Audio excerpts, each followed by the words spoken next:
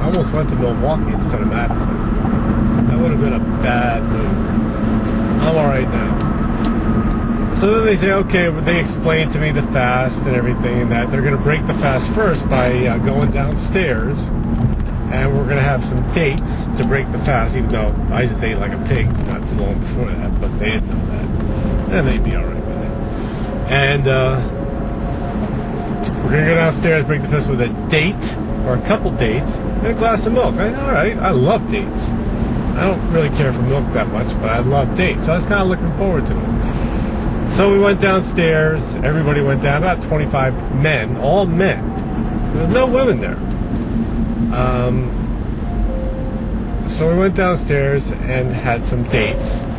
And then I heard like an announcement saying that the sisters were like, they were supposed to go down before the men or something to get their regular meal. So I figured there's going to be some women here, but I didn't see any at that time. Went downstairs, ate my date. I had actually 2 dates. I might have had 3 dates. I had more than most of the other guys there.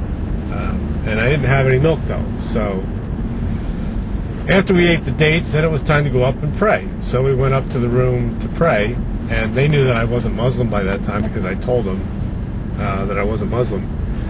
And I knew to not use the word Muslim because I found out just a couple days ago that when you say Muslim, that sounds like a lot like the Arab word that means oppressor. So that's why, like in the late 80s, people stopped calling them Muslims and started calling them Muslims. So what we did was, back to what I was saying,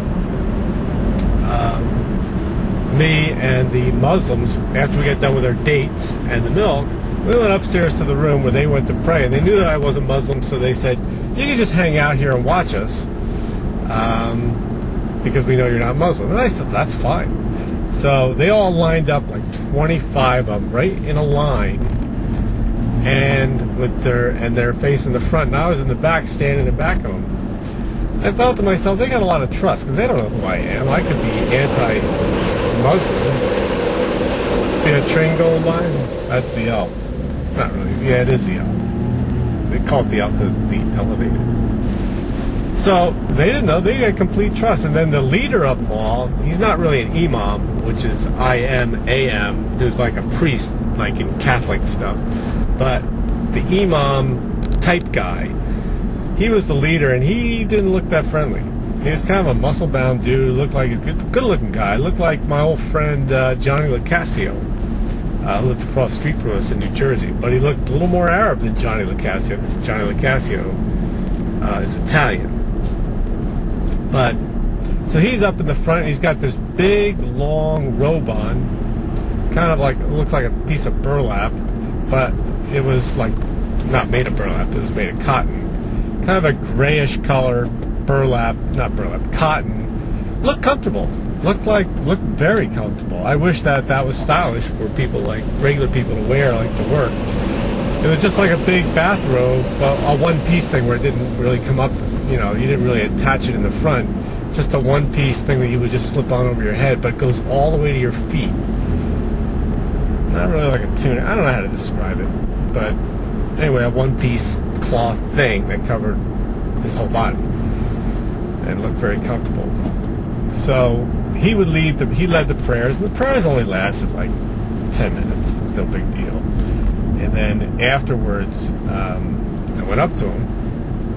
I was shaking hands with some of the people. They're very friendly, very engaging, very intelligent group of men. And like I said, they're all men. So then I went up and I saw the dude. I'm going to just call him the imam, even though he's not an imam. I went up to him and I approached him and I reached my hand out to shake his hand, and he shook my hand. I said, "Hi, I'm Bill." And he just kind of gave me a half smile, like that, and he shook my hand and walked off. What's up with that? I thought like he's like the leader, he should be like the friendliest, but everybody else was extremely friendly. He was not that friendly, but that's all right. Maybe he's got other things on his mind. Maybe he thought that I was there to harm the flock, to convert them to Christianity.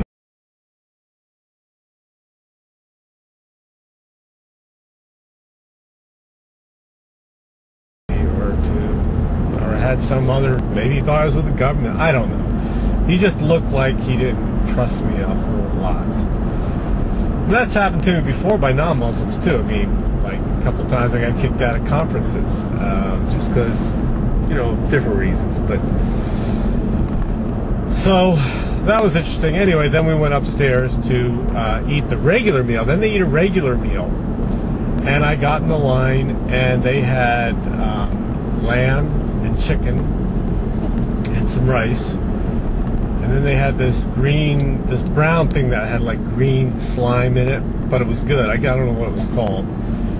And then they had hummus and some bread to dip in the hummus.